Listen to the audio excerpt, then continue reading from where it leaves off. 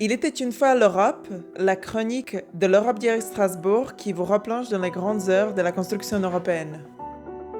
Avec l'historien Sylvain Schirman, professeur émérite à l'Université de Strasbourg.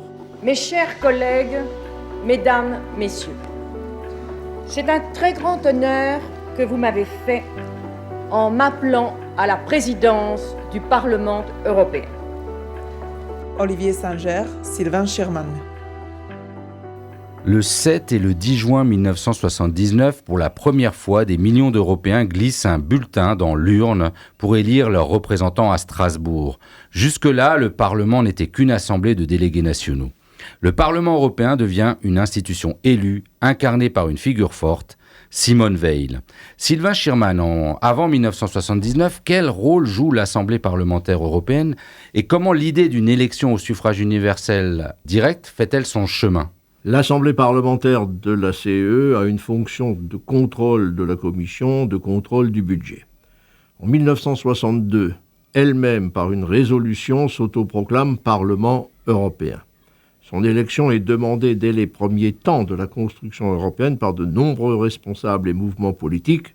Songez au mouvement européen, à Altiero Spinelli, à Robert Schuman, qui s'étaient déjà dès les années 50 exprimés en faveur d'une telle élection. Au lendemain de la relance de la haie, la question d'une Europe politique s'invite à nouveau dans la discussion et avec elle le sujet de l'élection du Parlement européen au suffrage universel. Surtout si l'on veut, comme c'est le désir des responsables politiques, progresser vers une Europe puissance. C'est au sommet de Paris en 1974, les 9-10 décembre 1974 précisément, que se prend la décision de faire élire les députés européens au suffrage universel, mais selon des modalités nationales.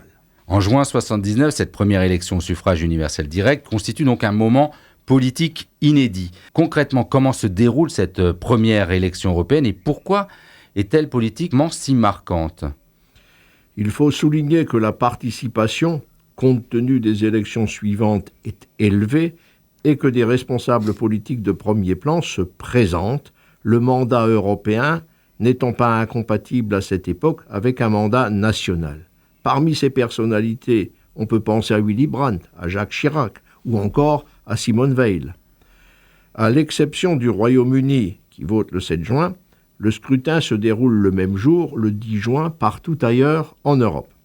Elle est politiquement importante car l'institution strasbourgeoise renforce sa légitimité par son élection et son mode de désignation amène sur le devant de la scène le citoyen européen, ce qui interroge ce concept si important de citoyenneté plurielle en Europe.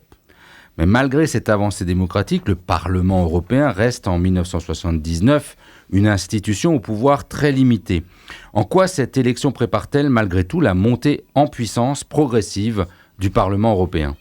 Un Parlement élu ne peut que s'affirmer car il est revêtu du sceau de l'onction des urnes. D'emblée, ce Parlement s'affirme. Rejet du budget proposé par la Commission à l'automne 1979, puis audition du président de la Commission et lancement d'un projet constituant pour l'Europe avec Altiero Spinelli et le Club du Crocodile. Il affiche des symboles forts.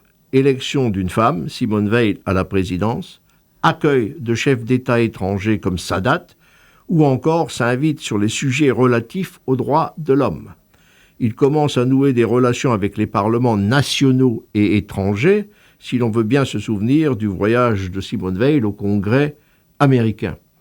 Cette montée en puissance est fixée par les traités dès l'acte unique de 1986. Donc l'élection au suffrage universel direct ne donne pas encore au Parlement européen tous les atours d'un Parlement national, mais il devient légitime.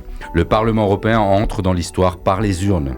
Quelques années plus tard, un autre geste marquera l'Europe, la poignée de main entre François Mitterrand et Helmut Kohl à Verdun, sujet de notre prochaine chronique.